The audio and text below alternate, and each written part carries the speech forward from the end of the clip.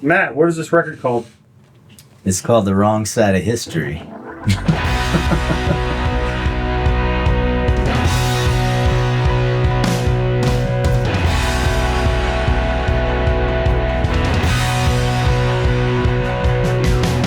It always started with him. You knew what you wanted to say. And I think that was the big part. Like, you knew what you wanted to say. You came in here with an idea. It was easy. When I sit down with him and we bounce ideas off each other, it just... I mean, he's a fucking genius, so... That's very nice of you to say. You heard it here first. Yeah. It was a really fun process making this record. You know, I probably met Matt right not long after I moved here. I want to say around 2016, 2017, same kind of thing. You know, and we got along instantaneously. We liked a lot of the same music. We bonded about that. We bonded about guitars. And he just seemed like a really cool guy. And then he started playing me some of his music. It was this really cool, classic, sort of meat and potatoes approach to rock and roll, but with a new spin on it. And I really like that. I really like the idea of making a record like the records I grew up with, but a new incarnation of that. And, you know, he was the perfect canvas to kind of scratch that itch, and he was looking for a producer, and it was a fun project. So, you know, it just kind of all worked out the way it was supposed to. And it's always great to work with your friends. Like, you know, I when I'm honest with myself, I have a lot of gratitude about what I've been able to do with my life. And to get to do what I love, and even though that comes with a lot of sacrifices, it's a blessing, and it's something that I have to reflect on often. But when you get to do it with people that you truly care about, it's a whole other thing, you know? So I'm grateful for Matt. So it's fair to say this one came together naturally from the beginning through the finished product. When you make a record correctly and everybody has a good time, some of that just naturally gets embedded in the DNA of what you're making. And so I listen to it and I think, it's a bunch of guys having a good time on a Saturday, you know? So I think that in itself is a win. We were able to knock out and efficiently get in there and nail the tunes in a pretty short amount of time. And I think being that prepared and going in, it shows on when you listen to this record, it sounds like it wasn't hastily put together. It sounds to me anyway that it feels like it's a complete project. The songs are, like I said, arrangement wise, concise, and everything sounds like it should. We have to say something about Mike Fahey, Magic Mike, the master engineer that, like, as well rehearsed as we were, he was on point with his shit. Like, I mean, it moves so fast because he's a fast worker, man. He's a great engineer, man. Shit. I'd say it felt so effortless in a way and easy because everybody had done their homework. The band was super well rehearsed. Johnny Black producing, he knew exactly what he wanted and had, you know, gone over that with Matt in the meantime. If there was ever like, hey, we want to try this, I'm a patch or two away from getting it up and running. And so I can kind of go as fast as the band goes.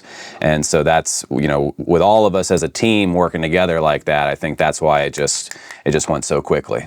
I remember exactly where I was when Matt sent me the work tape for OCD. I was driving on Old Hickory Boulevard when he texted me the voice memo. And I literally had to pull over, and I sat and listened to it, and I knew in that moment that it absolutely could be a hit.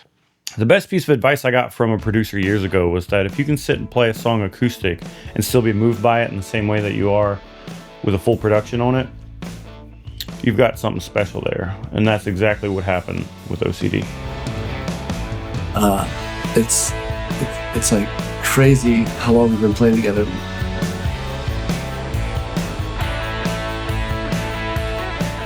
These guys are like family. It's not very personal. I think you can tell in the music when we're in the studio pouring our hearts out. That's like, you can feel it. And I think it translated to the record.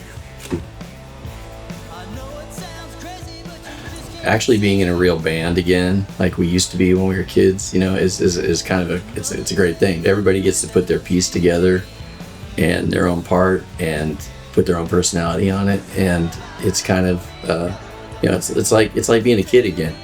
Well, I'm really proud to play with these guys, and I mean, the level of musicianship is incredible.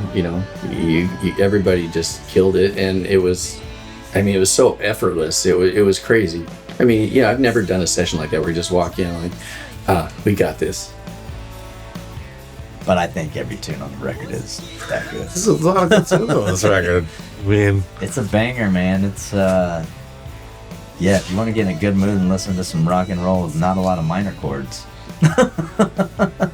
yeah, say that's accurate, actually. It's a happy rock and roll record. Yeah, it's a face melter though. Yeah. It's a rockin' record. It really feels great. I mean, it's a good time though, for sure. Yeah. I talk to Matt a lot, so I kind of know what he's been doing, and he puts the time in. Like he wants it to be as great as it possibly can be. He works the songs. We write a song, he'll go home, he'll play it like 100 times, and he'll send me voice notes as it's getting better and better and better and better. What about the ladies, backup singer? Oh God, Gail and Angie. They're insane. Insane. I mean, sorry. No. Go ahead. I mean, they just bring it every time, and it's wild, right? To watch them do it. I mean, it's just kind of like it's there, and all of a sudden the whole thing just boom. They just bring you to church. Yeah, they take you to church and they take you to the Comedy Store because they're funny. Hilarious. Yeah. The day that you're cutting with those two, you're gonna have a good day. Yeah. You're gonna have a fun time. So. Peter Levin. Oh my goodness. Fucking Pete. The Levitator.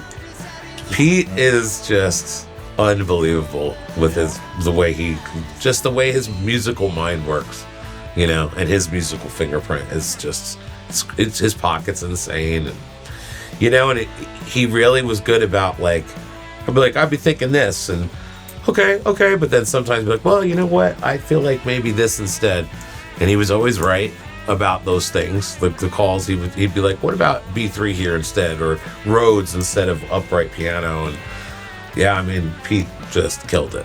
Just awesome. Another great guy to have around. Yeah, just absolutely. Amazing energy, amazing person, amazing player. So even Chad Brown. I think Chad really comes alive when we're all in the room together. I think that's how he likes to work. It's got a crazy set of ears. Guy's got a crazy set of ears. Everybody that worked on this record really just awesome execution. Pleasure to work with. It's been really good. What's your favorite song off the record so far? I've listened to mixes.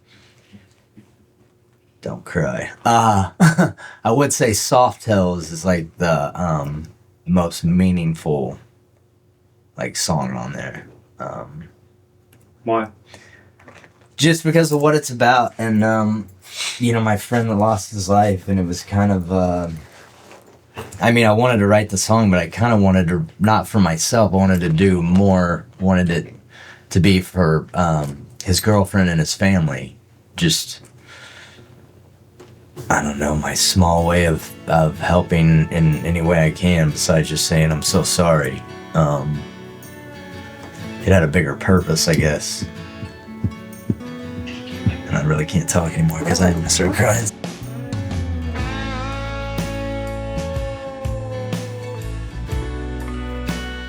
That's one of my favorite songs that I've written in the past couple years. I feel like it's just, I don't know, I love that song so much.